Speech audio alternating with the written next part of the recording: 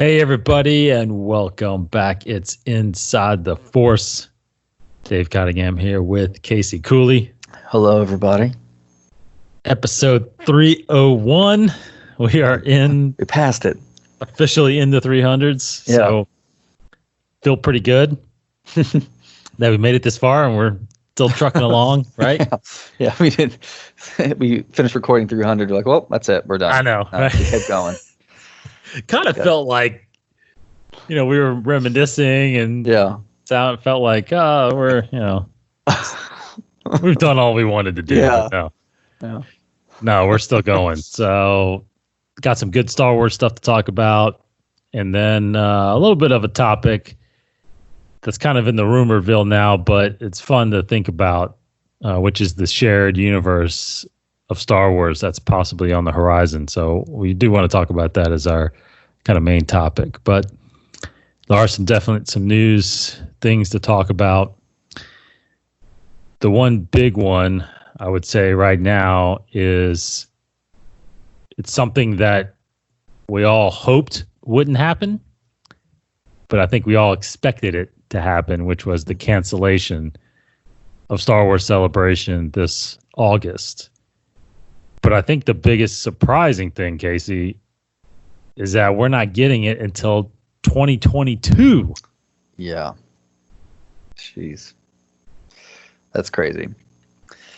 So it's still not too surprising, but just crazy when you wrap your head around it. Yeah. I think when, again, it was announced, I feel like there was a sense of, okay, now we can start making decisions because, it was getting it was 2 months away. Yeah. And people already had still hotel rooms booked and flights booked and just a shroud of uncertainty of what to do with them. Now you have your options of carrying over your tickets for 2 years if you wanted to, or you can get a refund. I anticipate a lot of people probably going for the refund, but maybe not. Yeah. I mean, just today, Star Wars Celebration, like that ability to do that just opened up. Star Wars Celebration tweeted that just today that it's now live. Like the program, the refund program or the transfer program is now actually officially live. Oh, okay. Okay. So yeah, if you bought your tickets, go to StarWarsCelebration.com to you hit the refund requests must be made before August 26th. Right. Okay. Well, it's good to know for everybody, so they can. Yeah. If you don't refund it, they'll be automatically transferred. So if you forget, okay. Guaranteed. Well, you don't lose out anything. Yeah. Yeah.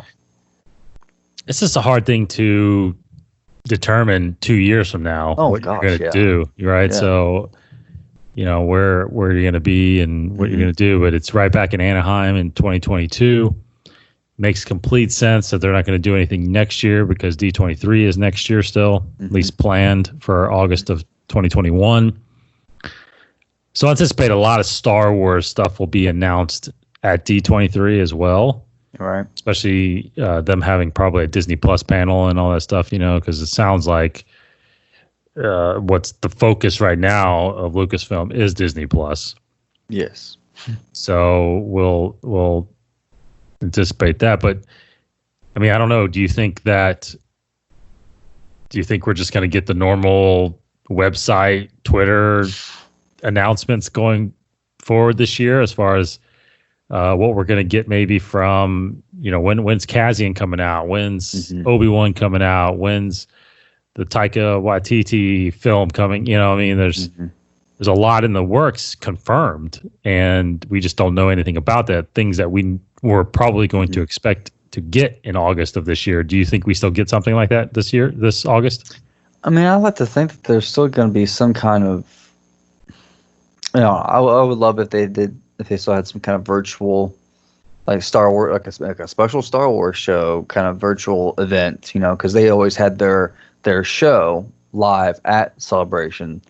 So it would be cool if the Star Wars show did some sort of virtual celebration, scaled down. Mm-hmm. That would be cool. But no, I mean, I feel like more than likely it'll just be tweets and stuff like that. I mean, I would think it would be cool, even if like Mandalorian season 2 still had a little premiere event like they have for season 1. You know, they premiered the first, I think, 2 or 3 episodes for a special crowd.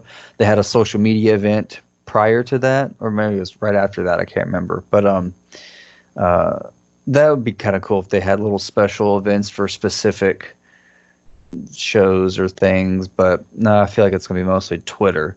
You know, I mean, it's everything's focused on Mandalorian right now. So until the shows can get back up and started, but yeah, social media is going to be where it's at right now. Right. Yeah, that's right. I do think we're going to get a bunch of announcements. I just think it's inevitable. I mean, right now you have literally right now you have a lot of downtime. You have the High Republic series that got pushed back. That's a little bit in the news right now. Mm-hmm. So you just have your normal novels coming out. You've got the Alphabet Squadron sequel book coming out. You got the Poe Dameron book coming still. You got Thrawn, the new trilogy starting with that coming this year. So you've got some literature coming out. You know, comics are ramping back up, but you don't have any Star Wars series coming until October, which is Mandalorian season 2. So you've got July, August, September to really get some news together and start laying out to the fans in a way, what can we expect in 2021 and 2022 leading up to the next celebration? Because right now there's not a film scheduled until 2022,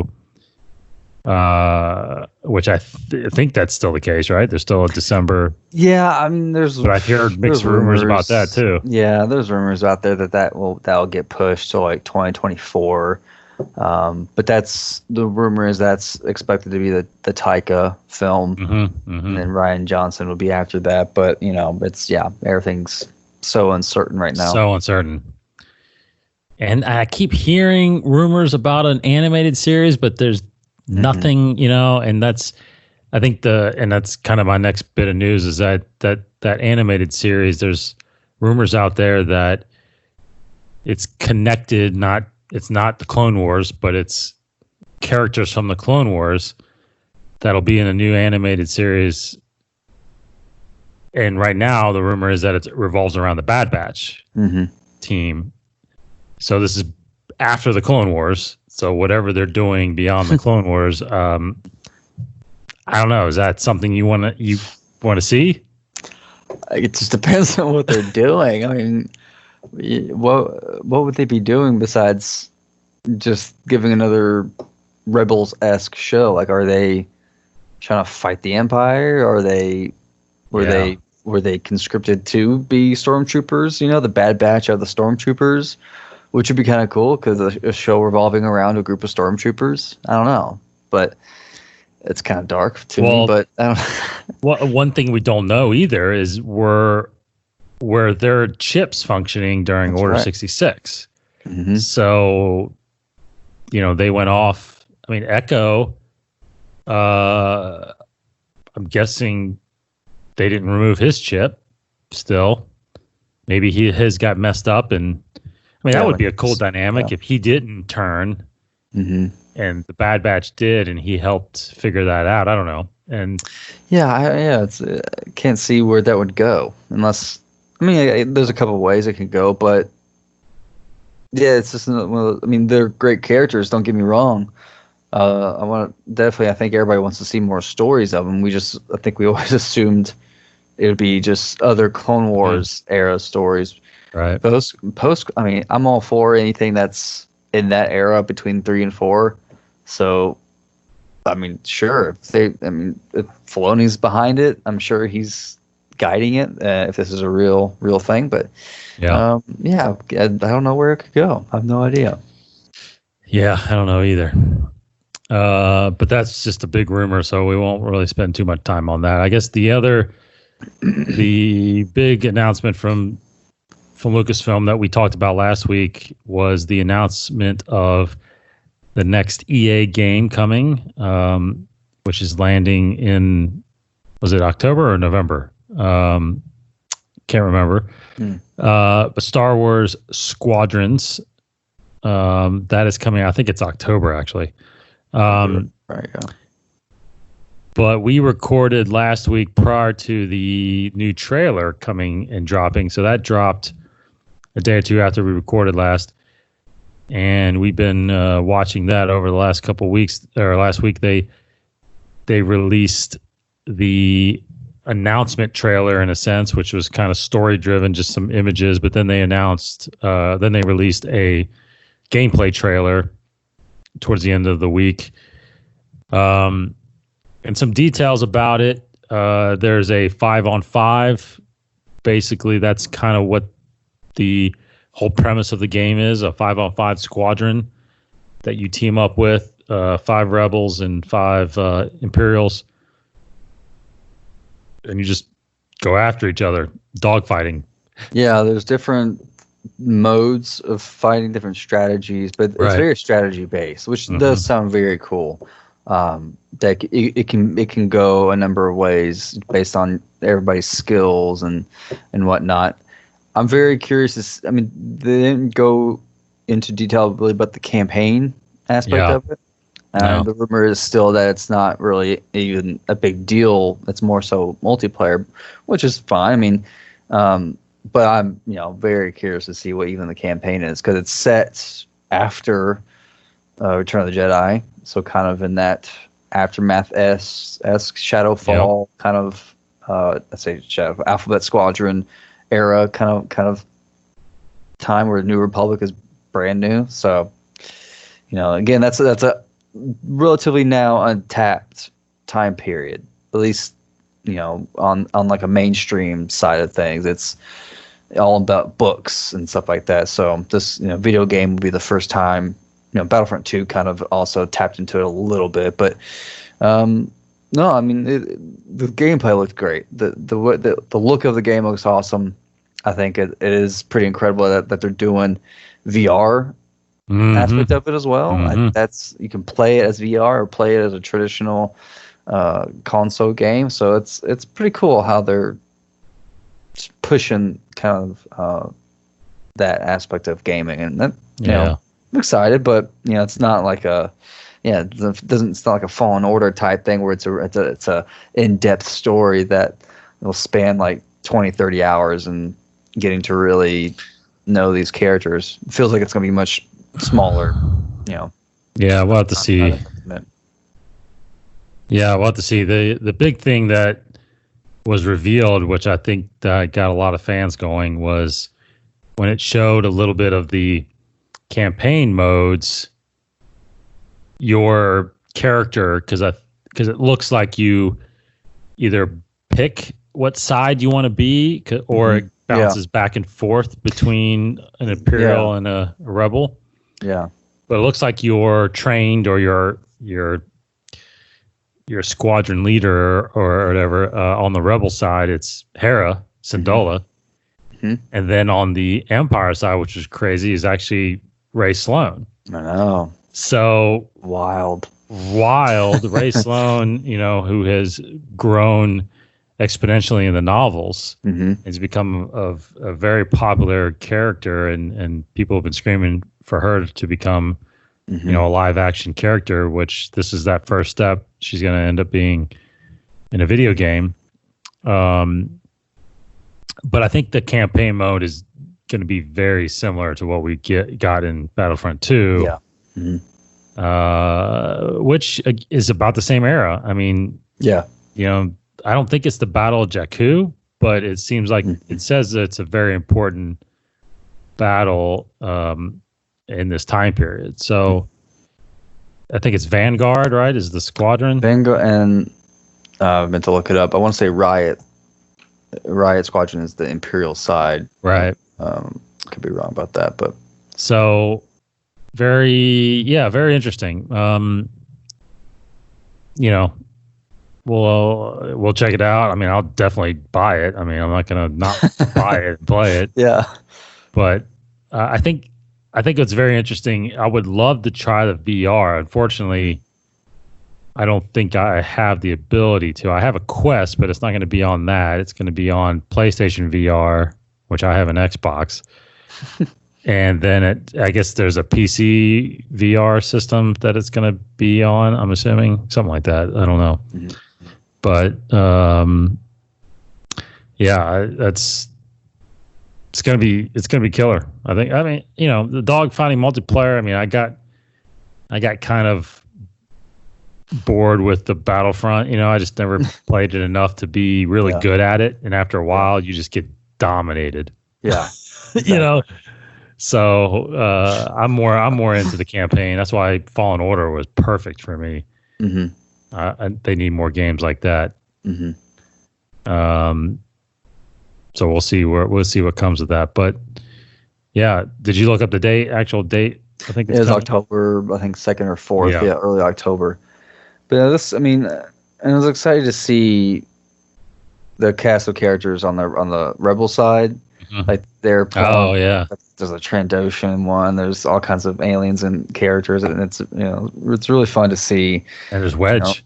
Wedge is, oh my gosh, I forgot that Wedge was in there. That's so cool. I mean, for that aspect of seeing, even if it's a little bit, like seeing how it connects, obviously to all the other stories that we're getting. That's gonna be fun. It's fun to dissect. And yeah, like you, I'm gonna probably have a blast playing it, but I just unfortunately, as much as I would like to, don't invest a lot of time in the multiplayer realm of gaming. So I probably won't play much more this past the campaign. Although we could, but see, I guess you have to be on the same. I guess you probably have to be on the same console to play each other, because you don't have the Xbox anymore, right? Not anymore. I got the PS4. Yeah. Yep. So I was about to say we could have an Inside the Force Squadron if Cody's on there and Corey's on there, So, but Cody, what's Cody got? He's PlayStation 4. He brought me over. Oh no. Yeah. Oh well. Because everybody, when Battlefront 2 came out, there was like so many people who had a PS4. It's like, all right, fine. Okay, so me and Corey will do the Xbox versions. Yeah. So anyway, yeah, we'll check that out. That'll be here in a couple months, right before Mandalorian drops. Looks like. Mm-hmm. So Star Wars Squadrons. The only other next bit of news really that dropped just today, I think, they as in Lucasfilm released the first chapter actually of Light of the Jedi, the Charles Soule novel that got pushed back. I actually started reading a little bit of it. I don't know if how much you got through it at all. I read it. Yeah, it was a short. I mean, it's a full. It's crazy that they said it's the first chapter. It's a short chapter, but I read through it. It's pretty cool. It's just again, it's new. It's a new territory, so very fun to get the first glimpse of this era. And so far, it feels about the same. It feels like Star Wars, but the emphasis is so much that it's kind of the the galaxy as we know it isn't as charted. They're just now getting to the outer rim. Hyperlanes aren't mapped out as much, and they're still kind of unsure of even of its stability. So it's pretty cool to get this glimpse of this world. But the first chapter is supposed to kick off what they kind of claim as this cataclysm event, which sets the whole galaxy in chaos. So, you get to see what happens, and you don't see the after effects of it. Obviously, you just kind of see the inciting incident in a way. But it was a cool chapter. Yeah, I liked it. Yeah, I started reading the first chapter, but I got through the epilogue, I guess, the setup. Where it talks about kind of places you in the galaxy. 200 years before episode 1, where it sounds like there's this great utopia going on. Everything's good and everybody's there's definitely some crime and whatnot in the outer rim, but the Jedi have made a stand about regarding that, setting up, you know, I don't know what they call. I can't remember what they call outposts. Them. Like outposts. Yeah. Kind of separate from, kind of independently run in the Outer Rim to help police crime and whatnot out there. So it's interesting to see that stance by the Jedi. I'm curious how many Jedi there are in this age. Right. I imagine it's more like the 10, because 10,000's always been said as the number around Attack of the Clones. I imagine it's more than that, but maybe not. Yeah. It's supposed to be like, this is supposed to be the peak of them. I don't know. I feel like it should be more, but maybe not. But I think this story is going to, for the most, maybe just this novel, will set itself outside, kind of on that outer rim. You know, I think it's going to be kind of isolated in that sense. So, no, they reference Coruscant. That's still the hub of the galaxy. But this event that happens, it's all in the outer rim kind of area. Even how they describe the Senate, it's like it's very prosperous. You know, they get things done. It's, you know, they talk. Everybody has a voice. It's like, they work it out. Yeah, it's like the end. Okay, it's just a perfect time. Done. You know, but yeah, I mean, we talked about this. We had Cody on. We talked kind of like our thoughts about it. You know, it's like, sounds too good to be true, and it still does. Like reading this, it's like, okay, it's very utopian-esque. So it's like, but what is it really like? Like, are they really a bunch of jerks and evil, and they're pretending to be good? So yeah, I'm really curious and excited to read more. I hate that we have to wait for so long now, but I get it. Surely, though, I mean, the Sith are going to be around in this. Do you think, or no? Again, like, I think because reading it, they almost make you try to set it up to where that this kind of sets itself outside of the purview of the council, because, like you said, the Jedi are setting up these outposts kind of in the outer rim, you know, and where the outer rim is this western, wasteland, kind of wildlands kind of area where you know, there's crime, there's, you know, people, but what's weird is that people are like going there to try to set, you know, it's like, think of like America, Lewis and Clark, like exploring the western side of the country in that sense, where it's just all these possibilities are out on the outer rim. So let's go and explore. You know, yes, it's kind of a wild space in a sense out there, but, you know, it's fine. We'll have the Jedi. There'll be peacekeepers. We'll bring them in. You know, we'll have these this nice transition to bring them into the Republic. But, you know, I think there'll still be an element of Sith. I think there has to be. So I think it's because it's so far out in the outer rim that there's going to be some Sith-ish things happening that won't make its way to the core. Yeah, and they Lucasfilm made it a purpose to, or somebody did, I can't remember who, but they mentioned something about, you know, maybe the rule of two doesn't mean there's only two. Oh, right. You know, so rule by two, yes. So there's different preposition. There's a master and apprentice, but there are a lot of Sith, you know, that work with them and under them, which, hey, I'm totally cool with. Yeah, sure. I haven't said that. Like, they should have had a ton more Sith in the sequel trilogy, you know. But so that's out there. You can go. I think it was IGN that actually posted the first chapter, so you can find them on Twitter. There's a link right there on their Twitter feed that takes you right to the first chapter. But that Charles Soule book got pushed back till January, so little teaser, which is cool. Then Shadowfall came out, or comes out. By the time you're listening to this, it'll be out the 23rd, June 23rd. Oh, dang! I didn't know that. It comes out tomorrow. Yeah, tomorrow. Oh. Yeah, that snuck up on me. Wow, it did. I thought that was in July. You sure it's tomorrow? Is it June, July? June 23rd, July 23rd? Is it June 23rd? Wow. Okay, well, If that's the case, then I am. Well, for some reason I thought it was July, but maybe you're right. June 23rd, yeah. Yeah. Okay. Well, that is out tomorrow or out now. Yeah. Go check out the Alphabet Squadron. What? I'm sorry. What's the? It was Alphabet Squadrons Shadowfall. Shadowfall. That's right. Yeah, Shadowfall. Book 2. Yes. But I mean, yeah, 'cause it snuck up on me because I was hoping I would have time to reread. Yeah. Alphabet, the other one. the first one. Yeah. 'Cause I needed to kind of freshen up on that. No time. Yeah, no, there's no time. But you can go back and watch the Star Wars show did a that's right. a book club on the first book. Mm-hmm. So you can kind of refresh your memory. I might do that tonight. And start listening to that tomorrow. I got the audio book already pre-ordered, so I will check that out. And Alpha Squadron was a big long book. Yeah.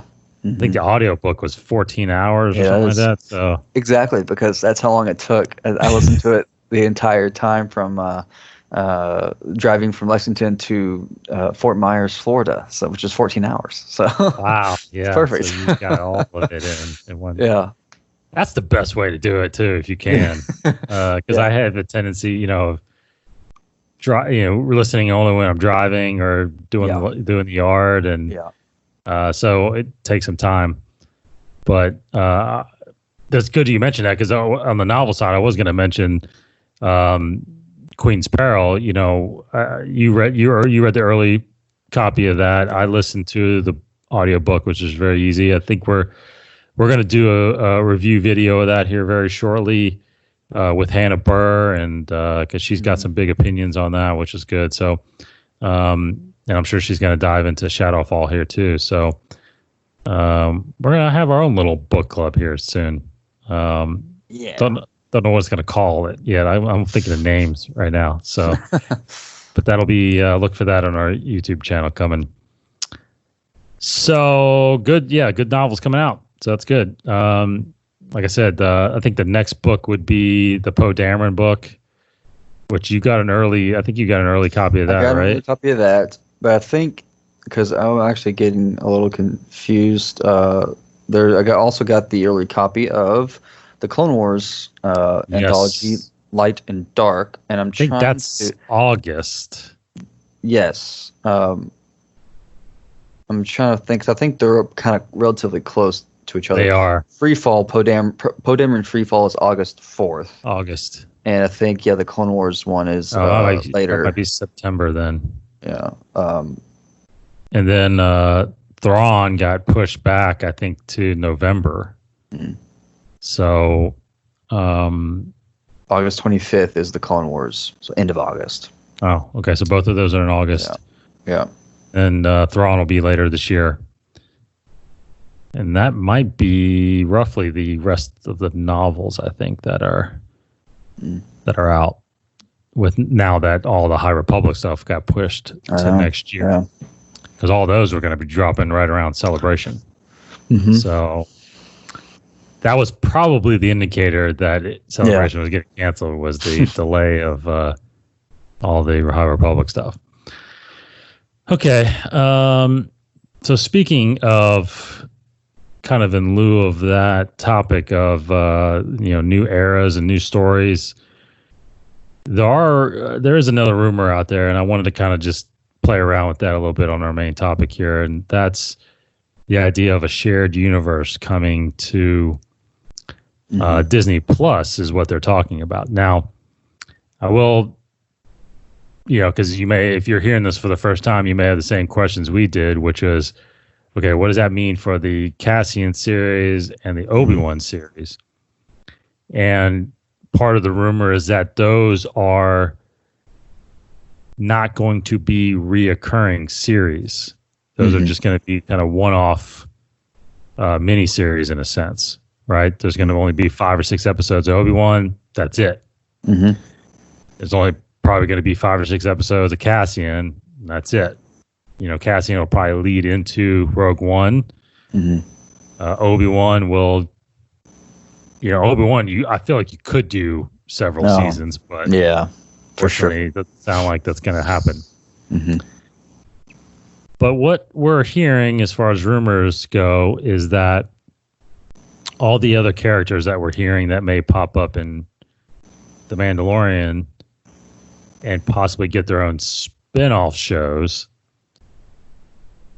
there could be some shared universe building that's happening here. And an example of this, I know this is a Star Wars podcast, but I want to talk a little bit about DC and what they've done with their TV shows.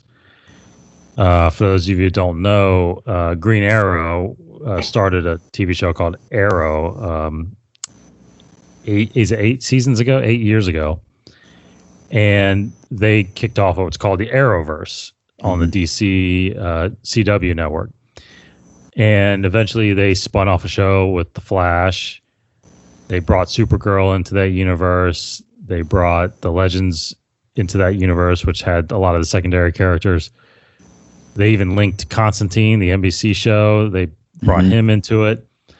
Now they've got Stargirl, and now they got Black Lightning in there. So it's like they got all these shows, and they occasionally you might have a crossover with a character, but then they have a crossover event every year where they do have 3 or 4 parts about. Did you say Batwoman? They brought Batwoman in there. That's right. So that's kind of what is getting rumored out there right now, is that The Mandalorian kind of kicked off this linked shared universe series of all the Disney Plus shows that are going to be coming out. Some of the ones that are rumored right now, are, of course, are Ahsoka, a Thrawn / Ezra. Something with Sabine, possibly, or maybe that's a Sabine and Ahsoka. There's just several different shows that are getting talked about and rumored, and I don't know. I'll just say I think the idea is really smart. For one, I think if you have it set up in a way that you've always got a Star Wars show going, that's connected, and I think that's smart. I think that keeps people's membership constant, and you're not letting them go for 6 months and then coming back. You're actually staying there all year. So I think financially that's a smart decision, and I think storytelling wise, it makes sense because you can gravitate all the characters toward a single storyline. Now that's the biggest question to me, is there going to be a single storyline that connects these shows, or are they kind of going to live on their own but have some crossover? I guess the topic I really wanted to kind of focus on was what could that through line, what could that really be, because we are in an era, Mandalorian started 5 years after Return of the Jedi. We are in an era that is relatively unknown, but we do know how it ends up at the start of Force Awakens. So I don't know how much we can do with this process. No, and actually, I remember before season 1 of Mandalorian, they even talked about they may explore the origins of the First Order. It didn't really happen, but I get it in a way. Yeah, you can kind of in your head make some connections based on what we saw, just because the Empire's still there. And what do they want with Baby Yoda? That kind of a train of thought. But I mean, really quick, I like going back a little bit. I like the idea that Obi-Wan and Cassian might be one-offs, because I think that's actually a smart thing to do in general for Star Wars, to have these like one season anthology kind of stories. You can pick one season of all these different characters. You can and introduce so many characters. It could be a good testing ground for creating new characters. And we're just going to do 6 episodes, this new character, and see how it goes. I think that's great if they go that route. A shared universe is also great. I mean, it's not the era that I had always wanted it to be. We've always talked about in the show that the pieces were already laid to create a shared universe of this underworld during the dark time, kind of between 3 and 4, which would include a Cassian type character in his era, Obi-Wan era, and that, Jyn or so, Saw and the Partisans, it would, and Maul and Han, it's like this and Kira, all these, they've already have all those pieces. So I just feel like that's natural that they would create a shared universe with those characters since they all already exist. Yeah. And it doesn't seem like nothing's being done with them besides the Cassian show and an Obi-Wan show. But anyways, this era with Mandalorian is also perfect, I think, for a shared universe.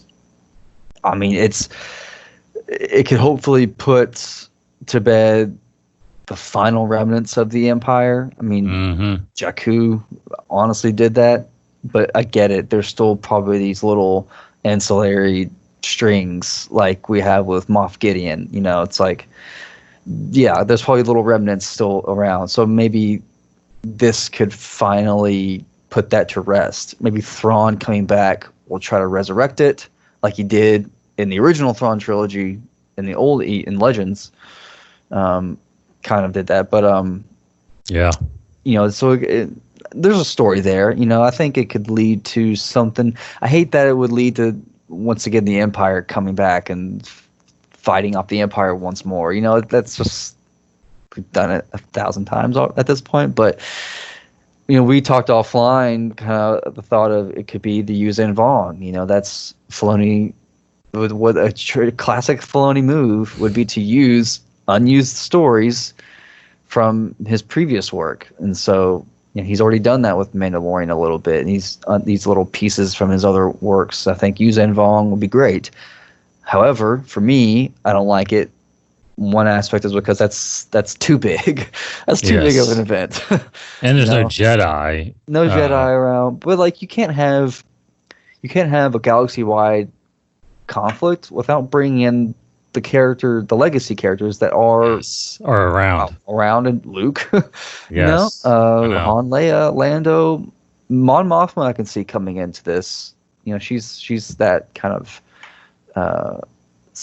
important but not in the spotlight kind of character that could come into these shows and not make a big fuss with canon and continuity. So unless they want to break ground and they can't bring any. They cannot bring in the main Han, Luke, Leia, Lando, Chewie, or I think are off limits. So you can't have anything that would cause them to come in to the show.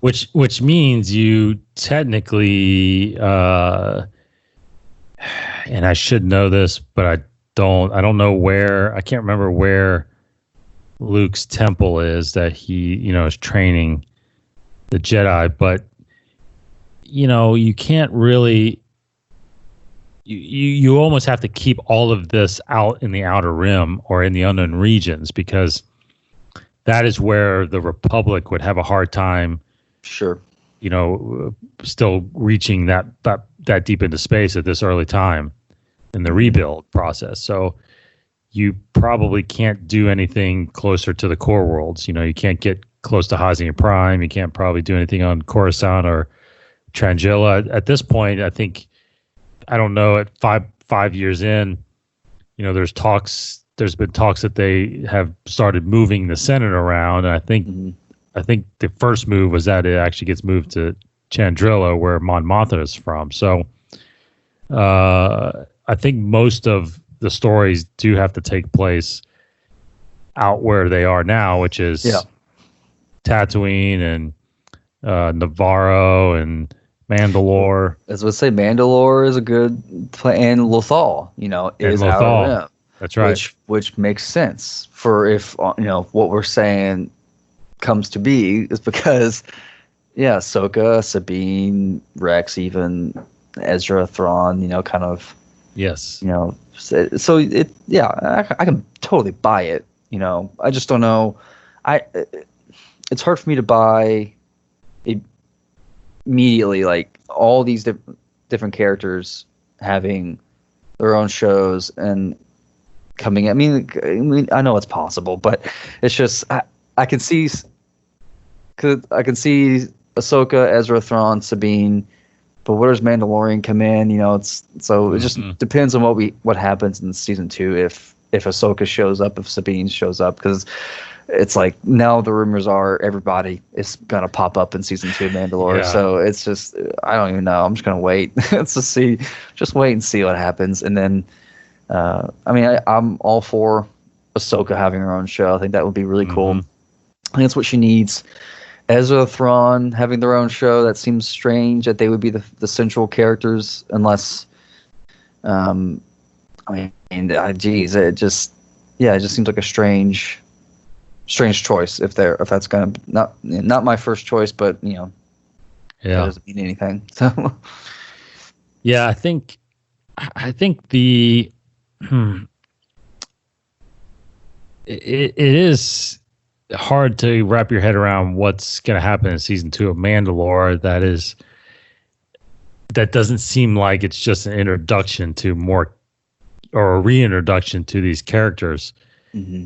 Because we do need to still focus on what the Mandalorian is doing, what Cara Dune is doing, what Moff Gideon is doing. I mean, there's a story there still that we need to. And of course, the child, So, yeah, bringing in these new characters and then spinning them off. I don't know.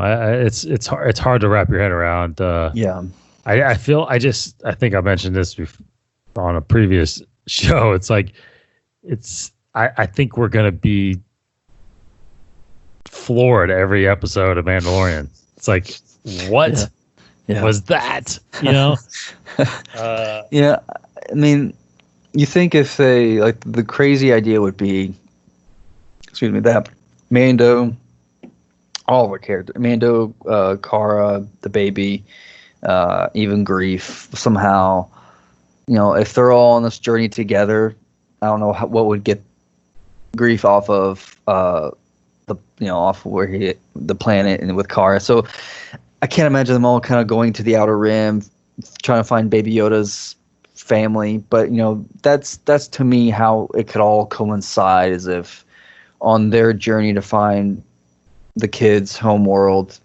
they run into Ahsoka and Sabine on their journey to find Ezra and Thrawn, and it just so happens that's where they all their journeys end up.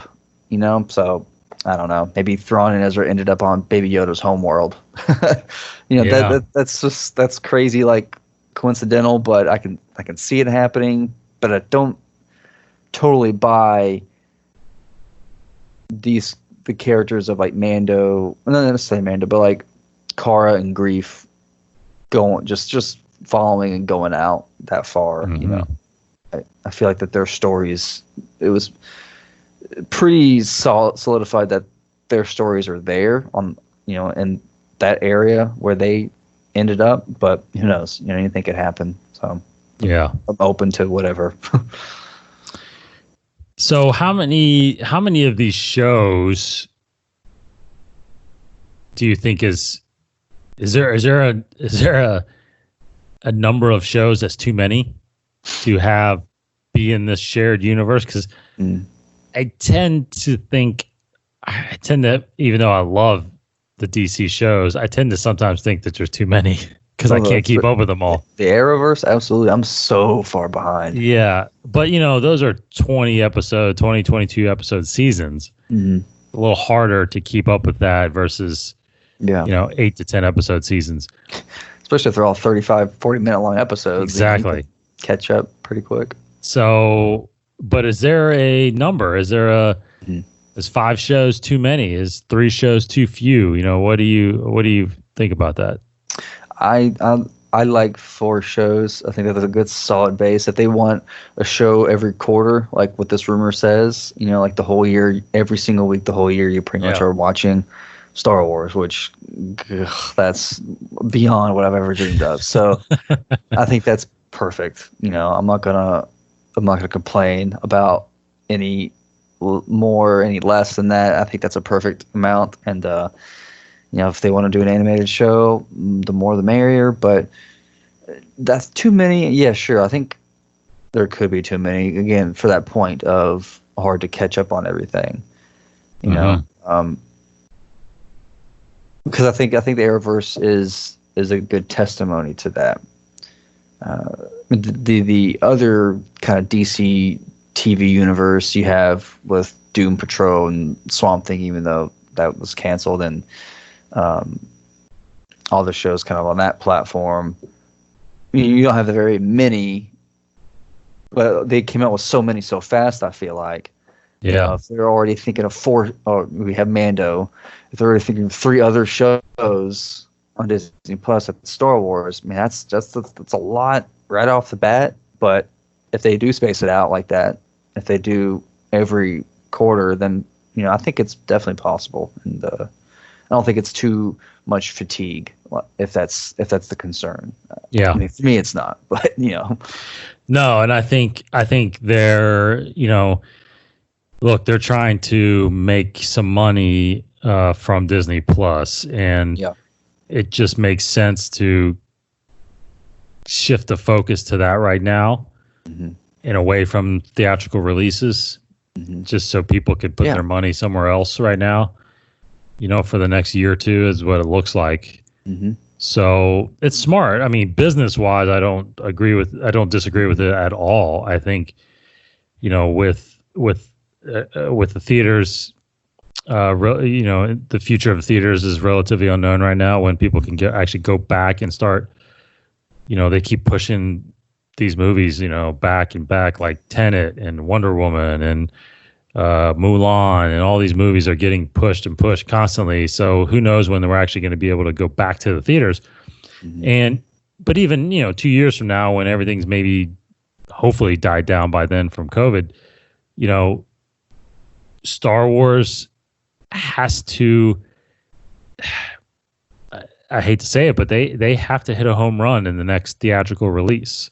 They have to introduce, because you don't have Luke and Leia and Han anymore. This is going to be a brand new series of films with brand new characters, probably in a different era that we're not used to, and it's got to do well for them to be comfortable still, going down that theatrical route. So Disney Plus is a way that they can keep the popularity of Star Wars going, and I think they're smart by doing it with characters that are highly talked about right now, with Ahsoka, with Sabine, with Thrawn, with even Ray Sloan. So I think it's a good move, and it's all going to be based on return on investment. Unfortunately, it's not going to be based on what I mean. I hate to I don't want to say fully it's not based on fan feedback, but look, if something's not making money, it's not going to continue. So I mean, I'm actually quite hopeful and optimistic that the theatrical movie potentially might come 2024. Who knows? Because honestly, I think that's what kind of needs to happen. I think we don't need space from the sequel trilogy in the sense of how, like, oh gosh, it was so bad. We need a break, because I'm not like that at all. I'll definitely want a movie every year too, like the Marvel format. Like, I want that, but yes, I do. Like, there is something different. I love the idea that you that sense of, I have to wait now. Like, how special it's gonna feel waiting 3 or 4 years between trilogies, or in that sense. And maybe it's not even a true trilogy. Maybe it's just this a series of films, kind of like Marvel, where they're one-offs, but they all tie together, So, like, think of 2022, even 2024. The next one's Taika Waititi's movie. It's like, how much anticipation we're gonna have for that, and I think the hype is gonna be to that Force Awakens level. All new characters. Yeah. I actually think that's great. We talked in our last episode about at what point, how many years ahead. What's the future even going to look like when the Skywalkers aren't even mentioned, basically. What's it? I think that might happen sooner than we even think, that we're kind of talking about it. We already have rumored slate of shows that have nothing to do with the Skywalkers. I think you're right. I think this next film that's going to come out, it's all new. I don't think Rey's going to be in it. I think it's very possible that it's going to be the first film where it's all new characters and there's no connection to Skywalkers. It's just Jedi, the Force, and the galaxy. You're just living in this new set of rules. So I mean that excites me. That really does. I think, I think there's a good way to bring that next era into Star Wars, where you just keep building off of what came before. You're just going to build off the Skywalker legacy without redoing it for the 1000th time. So, but that is a risk. Like you're right. That's because a lot of podcasts are talking, or some podcasts are talking. Sky Talkers, they're talking about nostalgia, Star Wars and nostalgia. Cody, we talked about that a lot. Where can Star Wars be good without nostalgia? And I think we're gonna get that test very soon. It is going to be. But I will mention, and we haven't talked much about it on here, but the gallery series that's on there right now, The Mandalorian. I watched a little bit of the last couple episodes last night, and Filoni again there was a part on there where he had talked about how what's great about Star Wars is you can always go back to talking to some of the original people that worked on the films, the special effects people or the props people. You have, and there's that sense of legacy that is passed on and passed down, and it's keeping what's familiar, but introducing new things and new methods that keep the essence there, and that's what we're talking about, right? Yes, absolutely. It's got to feel like Star Wars still, but you've got to also do something new, and that is I hate to say it, but that is a hell of a challenge, and because you're starting to introduce more and more generations as time goes by, right? So you're not just appealing to all the people that grew up with the original trilogy anymore. Now you're appealing to people that grew up with the prequels. And then eventually you're going to be dealing with all the people that have grown up from the sequel trilogy, right? So it's like, you're going to have so many people that have viewed Star Wars at different times, and you've somehow got to, hopefully, which I do believe that sense of family and hope, I do believe that it still has been carried on. I think that's in the sequel trilogies too. So it's just up to Lucasfilm to keep that, and to keep guys like Filoni around, and oh my gosh, yes, and make sure that he and hopefully his influence on the story group and other creatives keeps that legacy going, So I love that where he was talking to the composer Mandalorian and specifically saying like how so many of us, and especially composers, so many composers say it's because of John Williams. So many kids now are like, it's because of Mandalorian's score that I want to do this, with my life. And it's like now, they remove all these shows. The rumors that we're not going to get another movie for 2-3 more years, maybe. It's like, so basically starting this year begins a generation, era of kids whose first introduction may very well be the Disney Plus shows. Right. Mandalorian, Cassian, Obi-Wan, Ahsoka, live action TV show might be kids' first introduction to Star Wars, and that's incredible. Yeah, That's incredible. And like again, the gallery show, they kept saying how so it's an interesting mindset of everybody on a Star Wars set now is so jazzed to be like, oh my gosh, we're working on Star Wars. Like, how can we elevate this, and make it better? Where it's like when it first started with one man, George Lucas, he had to convince everybody on set to be excited about it, kind of a thing. It's like they basically said that the idea of whenever someone sees a stormtrooper come on set now, they're like, holy crap, it's a stormtrooper. And like, I'm taking pictures and all this stuff. Taika Waititi's taking pics of all the 501st.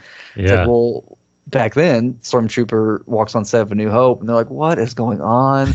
What is this movie? So it's just like, that's crazy. Like George Lucas, and now all this. So it's just fun. It's so much fun. It is. Okay, and with that's we just have to see what comes, and it's just like, I mean, it's funny how fast things go by. I mean, I feel like we talked about we were just talking about episode 7 last year, and it's already been a whole 5 movies have come out, and all this content. So who knows what 5 years from now is going to bring. But there's no telling, it will be a lot more stuff. So it's a brave new world. Everybody just needs to keep an open mind. They don't have to like it. I hate that we're coming to this mindset now post Rian Johnson. I'm glad he's still working on his movies, but it's just we just need to keep an open mind. If you don't like it, just watch what you like. That's right. And at least try it. Don't take people's words for it. Try it for yourself. I mean, we're getting, we're going to get a Rian Johnson Broom Boy trilogy, but that's okay. Maybe. Who knows? I do think that's a high possibility. Oh gosh, I'm sure. Yeah. He's going to write it out of spite. He'll make that movie. Yeah, exactly. Or he'll be the evil character in the movie. Mark that time down just in case, because that might be important if that happens. All right, thanks everybody for listening. You shouldn't be affected by this, but might as well mention it. We actually just transferred our hosting over to Libsyn, so we are actually we've been hosting it kind of on our own, but now we've got an option to go to Libsyn. So went ahead and did that, but it shouldn't affect your feeds. You should be getting everything the way you should be getting it, but kind of have a whole new RSS feed landing page if anybody wants to check that out. We're still kind of right now currently modifying some stuff, but anyway. Yeah, if you're listening to this, the fact that you're listening to this episode means that it's not affecting you because we've already done it. Right. So we had already done it. Good to go. But InsideTheForce.com will still be the place to go to get all of our content. And then, of course, subscribe to our YouTube channel for this show and some other series that we are producing. So thanks for listening, everybody. Have a great rest of the week. We'll be back next week. Talk all new Star Wars stuff. He's Casey Cooley. Goodbye, everybody. Have a great week. Thanks for listening. May the Force be with you.